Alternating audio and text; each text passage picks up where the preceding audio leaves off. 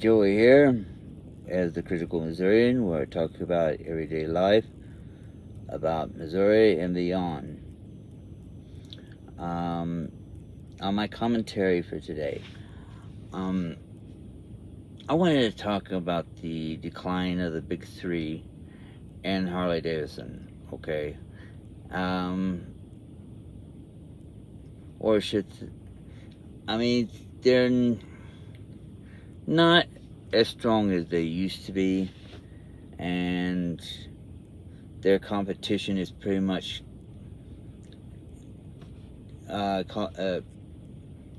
taken over their markets in some cases, or the market that they the market share that they have has pretty much shrunk. Well, the way I see it is they are a victim of their own selves. When you over focus on one product and not diversify, you tend to become very short-sighted and not look at the potentials. So, think of another problem that they also suffer. Biggest thing is letting their shareholders dictate so much, and bean counters, and not taking a very pragmatic view of what's there. They become so over focused on short-term gains that they don't look for the future. And if you look at the reports, it's like all the electric vehicles are being affected by China.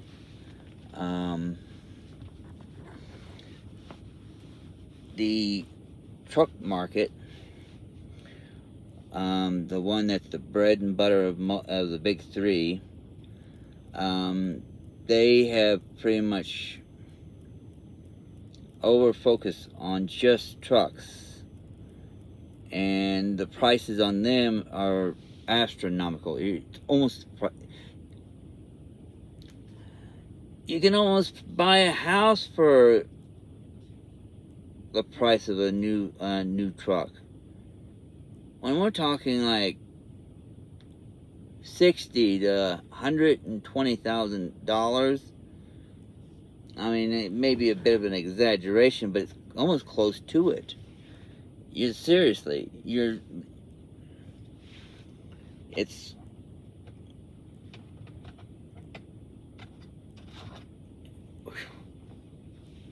It's really something else.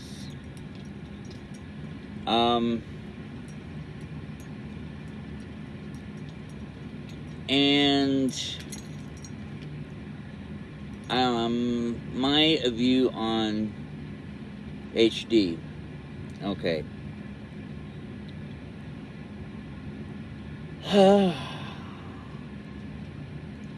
That is a very that's very much got a lot more to the story than just one factor. But I'm just saying they've over hyper focused on the same design that they've had for many decades. They've let bean counters again come in and start making decisions. I mean, the Evolution engine was ranked one of the best engines that Harley Davidson ever made. Then here comes the twin cam. they've changed the whole design on that, where it's a little harder to service compared to the Evolution. So, and that was the result of letting the accountants run the show.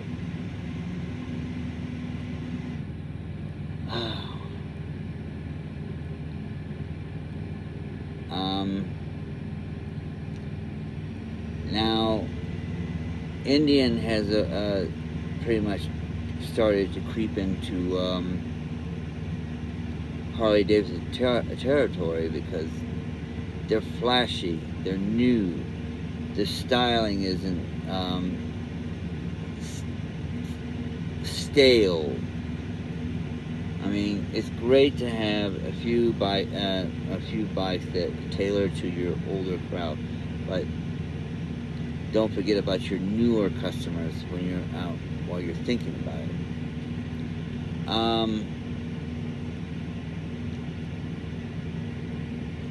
I mean, as far as back to the big three, I'm afraid if they don't get their act together, we'll be handing over our markets over to China. Or, yeah, China. Because they are right now producing electric cars at a fraction of the cost of what they are wanting to charge for an EV, the big three. It's just not really, it's not going very well for them.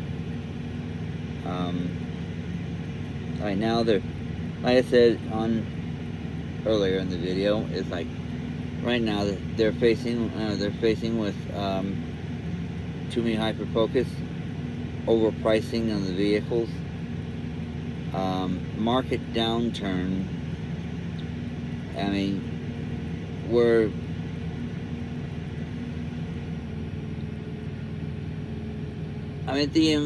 still I see it from my perspective is that we're still in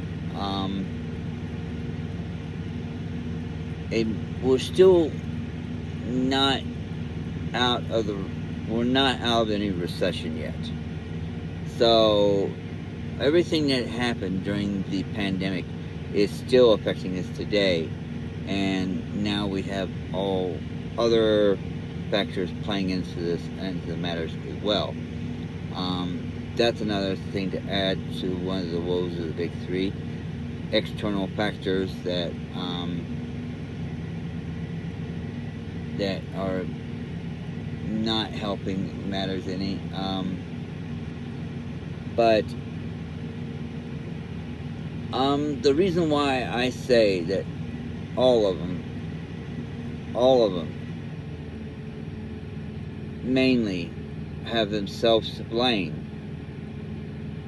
is for the reasons I stated in the earlier this video.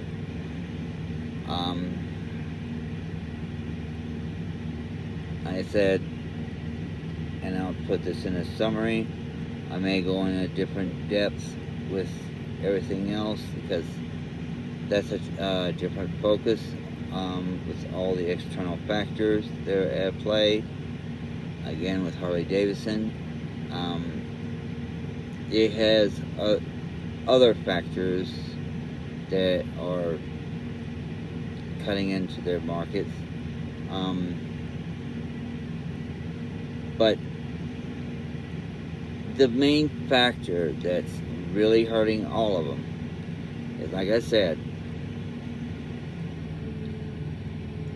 earlier in the video, and in summary, to overfocus on one styling, one type of vehicle, no diversification, not looking at your market and see where it's going,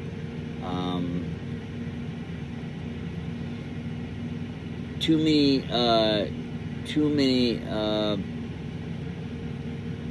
people putting too much focus on short-term gains and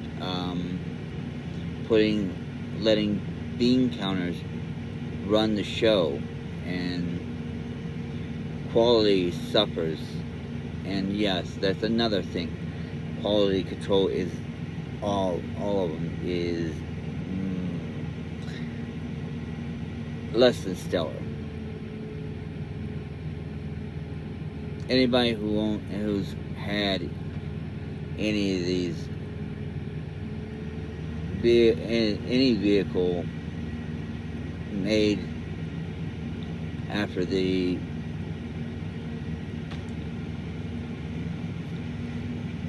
the best period of history. I know I've always hear that each manufacturer peaked in quality at different time periods.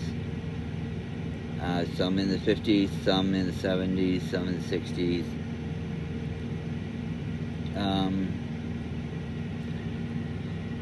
So some in maybe, yeah. So anywhere in that time period between the 50s and the 80s was when each one may have peaked in their best quality, but because their crappy quality or quality control has kind of dipped, it just now people are kind of, and they're designed everything to be more short, to have a shorter lifespan anyhow, because they want things to kind of like and eventually fail, so you can come back and buy another brand new vehicle. Not long after you just purchased that one, you'll have to go back and buy another one. And that right there is kind of nipping them in the bud. I mean, you can only get away with that for so long before it catches up with you. And I'm afraid that's happening.